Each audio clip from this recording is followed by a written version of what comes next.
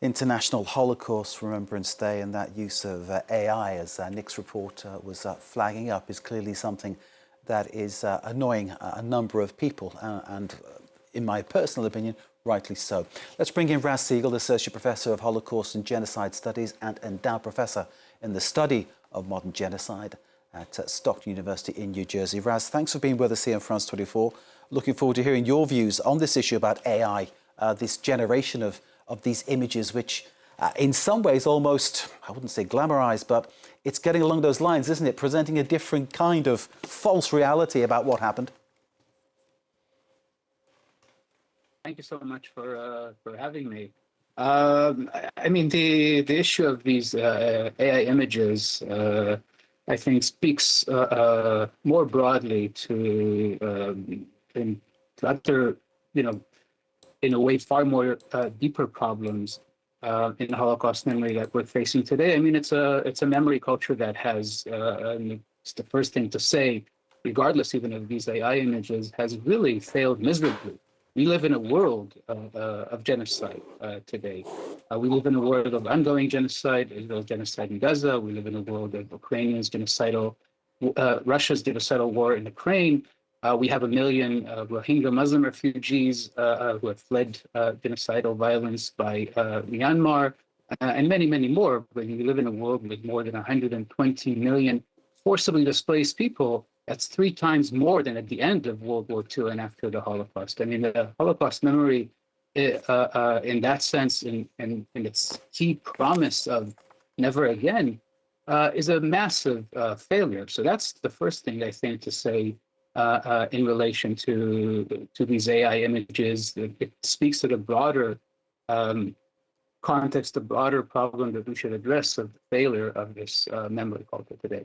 So in terms of the aspect of never again, just taking, for instance, you mentioned the genocide against Palestinians in the Gaza Strip. Again, something that many people find hard to put together, how a people, I'll use that in the general sense, talking about the Israeli people, what the Jewish people suffered in World War II, which was a horror beyond recognition. I think that is, there are no questions about that at all. Horror beyond any recognition, what people were subjected to in World War II. But then to find what has been going on in the Gaza Strip, again, it raises questions about how lessons have not been learned.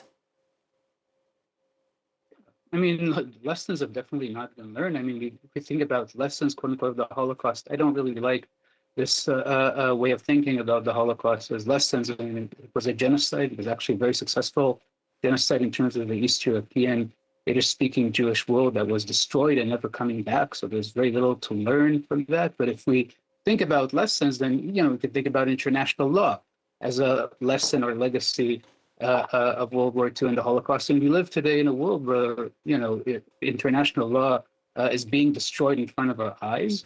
That Israel's genocide in Gaza, in that sense, is pointing to a model of a lawless world. And I think everyone should think about how it would be for them, how it would be for them to live in this kind of lawless world. If we think about another lesson of the Holocaust, we can think about the victims' voices, but the victims' voices, that is not only Jews who faced Nazi genocidal violence during World War II, but we can think about victims of genocidal violence more broadly. I mean, this is the universal meaning is really the essence of never again. But today, and this is built into the kind of institutional framework of Holocaust memory, which is built around state institutes like Yad Vashem in Jerusalem, like the United States Holocaust Memorial Museum in Washington, D.C., like the International Holocaust Remembrance Alliance. State institutes are responsible to promote the interests of states, not to protect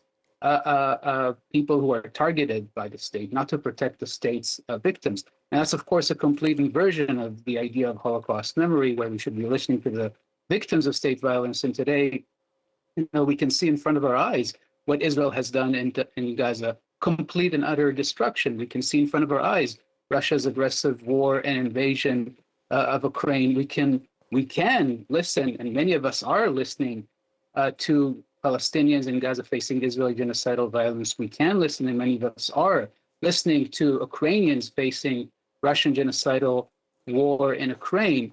But Holocaust memory as an institutional phenomena is much more concerned with the states, with the powerful states perpetrating these acts, these processes of genocide. So this is a complete and utter failure.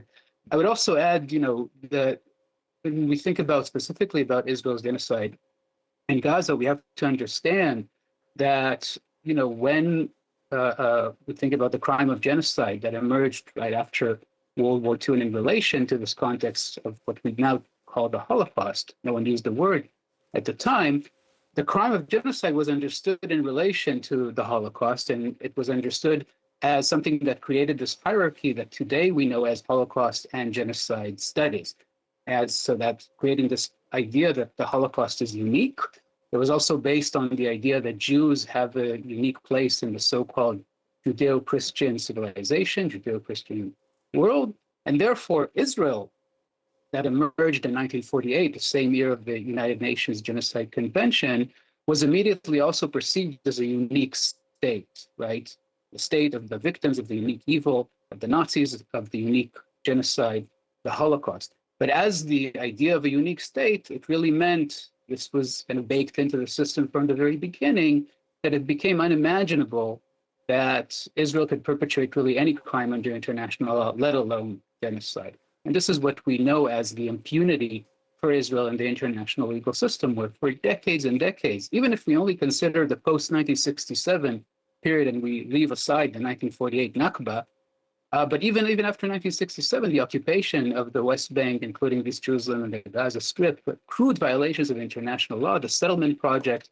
I mean, Israel was allowed to continue with these crude violations of international law because of this idea of impunity, which then blew up in our face after the Hamas attack on Israel on 7th of October and Israel's genocidal assault in Gaza. But again, this is all part of a, longer-term process and a longer-term systematic problem with Holocaust memory that, as I said, as an institutional phenomena, it's much more concerned with powerful states than with the victims of powerful states. Raz, we need to leave it there. Thank you for those observations. Great insight. Raz Segal, Associate Professor of Holocaust and Genocide Studies, endowed Professor in the Study of Modern Genocide at Stockton University, New Jersey. Raz, thanks for being with us this Holocaust Memorial Day. We take a short break. After that, the news continues. Stay with us.